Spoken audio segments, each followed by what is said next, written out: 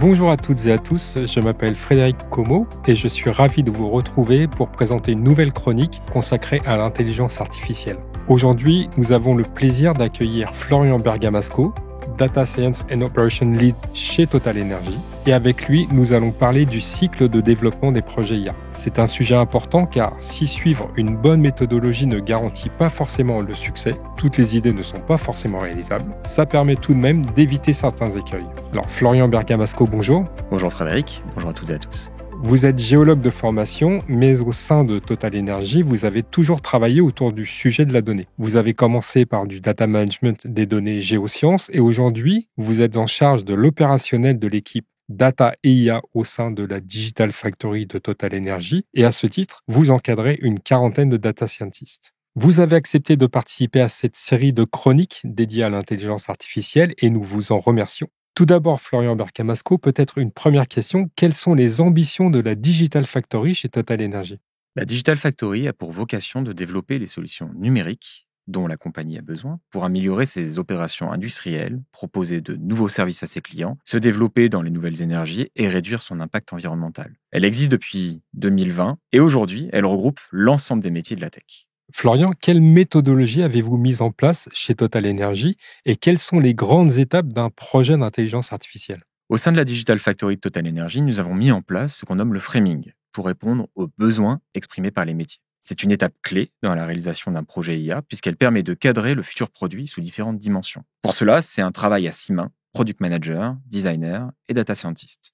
Chaque produit avec de l'IA passe par une phase d'exploration, de développement et de run. Mais je pense que nous allons y revenir sur chacune de ces étapes. Alors, qu'avez-vous appris au fil du temps et comment avez-vous fait évoluer ce cycle de développement de vos solutions d'IA ? Notre modèle opérationnel évolue sans cesse. Ce que nous avons arrêté, c'est l'effet cerise sur le gâteau. Vous savez, quand on développe un produit et qu'on ajoute une fonctionnalité avec de l'IA à la fin. On s'est aperçu que cela ne fonctionnait pas pour de multiples raisons. Des raisons d'acceptation utilisateur.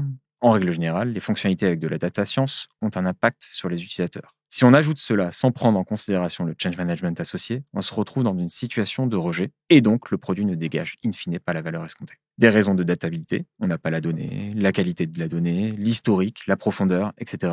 Ce qui nous empêche de faire de la data science. Des raisons de faisabilité scientifique, c'est pas parce qu'on pense que c'est faisable que ça l'est. C'est la raison pour laquelle nous avons changé notre approche. Aujourd'hui, on commence par la data science. L'objectif est de réduire les risques de toutes les dimensions dès la phase d'exploration. On a ainsi arrêté l'exploration bac à sable et dès le début du projet, on pense industrialisation. D'un point de vue opérationnel, cela a changé également. Nous avons mis en place le principe du tapis roulant, de l'idéation-exploration jusqu'à l'industrialisation, afin de diminuer les phases de transfert de connaissances. Pour ce faire, on crée des binômes de data scientists avec différentes seniorités, différentes compétences, afin de garder motivée l'équipe, ce qui facilite aussi la fertilisation transverse. Alors, j'imagine que les sujets IA ne manquent pas chez Total Energy. Qu'avez-vous mis en place pour sélectionner ceux qui devraient faire l'objet d'un développement ? Lors de la création de la Digital Factory, Patrick Pouyanné, le CEO de Total Energy, avait fixé comme objectif la création, grâce au digital, de 1,5 milliard de dollars de valeur par an à compter de 2025, sur des gains de productivité, réduction des coûts, amélioration de l'efficacité énergétique de nos sites. On voit bien que les cas d'usage ont un prisme de valeur important. C'est la raison pour laquelle il y a une analyse approfondie réalisée par le Product Manager sur cette dimension valeur. C'est pourquoi, au sein de la Digital Factory, le Product Manager se nomme en fait Product Value Manager. S'agissant de la priorisation, chaque cas d'usage est présenté en Control Tower. La Control Tower, c'est l'instance décisionnelle dirigée par le Chief Digital Officer de Total Energy et le Head of Digital Factory et les Digital Transformation Officer des lignes métiers. Instance qui va décider tout au long du cycle de vie produit d'investir ou pas dans ce cas d'usage. On a en moyenne une trentaine de projets IA à traiter en parallèle. On maintient une dynamique d'équipe, une dynamique de compétences et de motivation, car on a des sujets intellectuellement et techniquement challengeants. Globalement, chaque data scientist de l'équipe est en charge de 2 sujets, et chaque sujet est suivi par 2 data scientists différents. Depuis la création de la Digital Factory en 2020, nous avons développé une centaine de produits digitaux et avons réalisé plus de 250 déploiements à travers 25 pays. Impressionnant. Et quels sont les produits d'IA les plus emblématiques que vous pourriez citer ? Nous cherchons par exemple à améliorer la performance de nos actifs, tout en réduisant les gaz à effet de serre et en apportant de la sécurité dans les opérationnels. Pour ça, on utilise de la computer vision, de l'optimisation, du machine learning, donc en gros, toutes les grandes techniques d'IA qui sont susceptibles d'être embarquées dans nos solutions. Mais quelles sont les différentes parties prenantes et quels sont leurs rôles dans un cycle de développement IA? Aujourd'hui, dans le cycle de développement d'un produit IA, plusieurs parties prenantes interagissent. Les utilisateurs, le métier, le sponsor, les équipes produits avec le product manager et designer, et les équipes data et IA, nous. Les data scientists ne peuvent pas travailler en chambre seuls pour modéliser un besoin. Il est indispensable de comprendre comment fonctionne le métier. Cette phase d'appropriation du sujet est d'ailleurs critique. C'est la raison pour laquelle nous avons limité les transferts entre les différentes étapes du cycle de vie produit pour justement éviter la perte de connaissances autant que faire se peut. Il est donc indispensable pour la réussite d'un produit que l'ensemble des parties prenantes soient bien présentes dans le cycle de vie produit. Associé à cela, il y a bien évidemment les métiers de développement software, front, back, DevOps, data eng, qui sont indispensables, tout comme les métiers qui sont chez nous en charge des plateformes ou au sein des équipes IT, comme les architectes, la cybersécurité. Alors, par quoi et comment démarre un projet de développement IA chez Total Energy? Comme je vous le disais précédemment, cela commence par un cadrage, puis une exploration pour détourer les risques.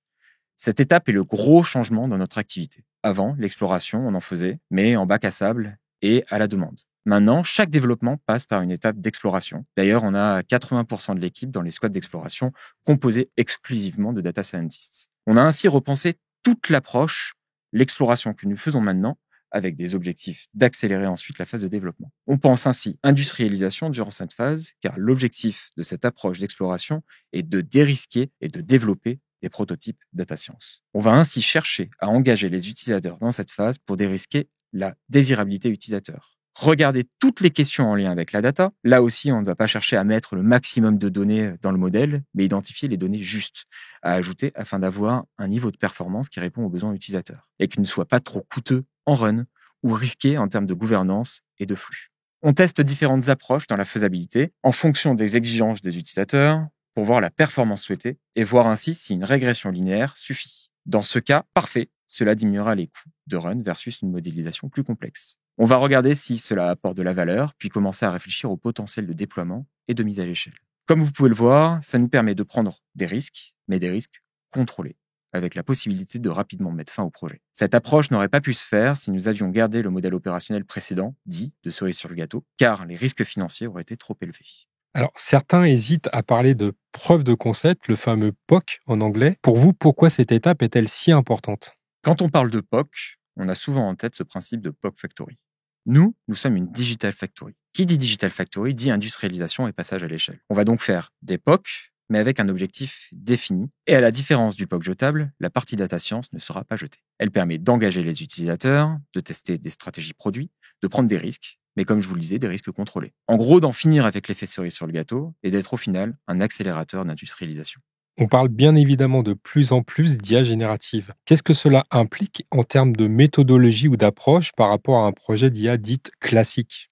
Sur cette partie IA générative, il a fallu avoir une autre approche. Déjà d'un point de vue gouvernance. De nombreux métiers ont pour la première fois pu se projeter dans l'utilisation du digital, de briques d'IA, afin de transformer leur métier. Il y a ainsi eu une vague de cas d'usage avec beaucoup de redondance, de doublons. Il a fallu donc mettre en place une instance de gouvernance que l'on a nommée la Gate GenAI. Cette instance a eu pour objectif de centraliser l'ensemble des cas d'usage comportant de l'IA générative, principalement des Large Language Models, dits TLLM, d'assurer la cohérence des sujets et la mutualisation des avancées basées sur l'IA générative, d'apporter du support et des conseils pour les projets, ainsi que les bonnes pratiques concernant les règles de cybersécurité et juridique compagnie, ainsi que d'assurer la cohérence des technologies et des choix d'architecture IT.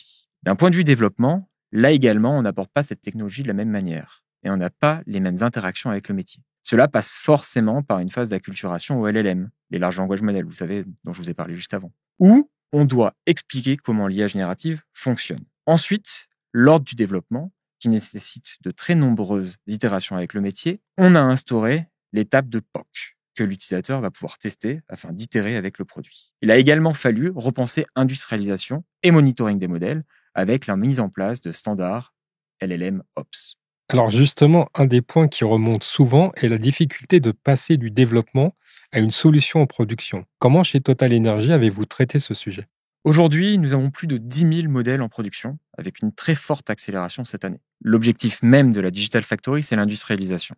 Nous mettons donc tout en œuvre pour arriver avec des procédures que nous suivons de bout en bout. La marge d'apprentissage sur les cas d'usage est souvent haute. Et les data scientists qui développent l'exploration acquièrent une véritable expertise métier quand ils vont ensuite chercher à modéliser le problème. C'est donc clé de capitaliser cela et d'éviter une perte de connaissances. Ainsi, un data scientist va pouvoir suivre la fonctionnalité depuis l'idée et son cadrage jusqu'à l'industrialisation. Et durant toutes les étapes, il va devoir documenter ce qu'il fait d'un point de vue scientifique. Il va devoir ensuite définir ce qu'on nomme la taille de t-shirt d'un point de vue MLOps. Ensuite, nous avons fait le choix de garder le run chez nous. Ainsi, dans notre modèle opérationnel, nous avons une équipe qui se charge du run. Cette équipe n'a pas développé le modèle, mais reste en contact en cas de drift de modèle, de sous-performance ou autre, avec le data scientist qui a fait de bout en bout le développement. Florian Bergamasco, peut-être une dernière question. Comment voyez-vous l'avenir de la Digital Factory de votre groupe? Quels sont pour vous les prochains défis? Vous savez, l'IA, chez Total Energy, on en fait depuis les années 80. Donc l'IA n'est pas née aujourd'hui. Et la Digital Factory de Total Energy a pour ambition de poursuivre ses travaux au service de la compagnie et de continuer à ajouter de plus en plus d'IA dans l'ensemble des produits qu'on développe. Cette chronique sur l'intelligence artificielle se termine. À nouveau, un grand merci à vous, Florian Bergamasco, pour votre participation. Et un grand merci à tous nos auditeurs pour leur écoute. Je vous dis à très bientôt. Eureka, une émission de Radio KPMG.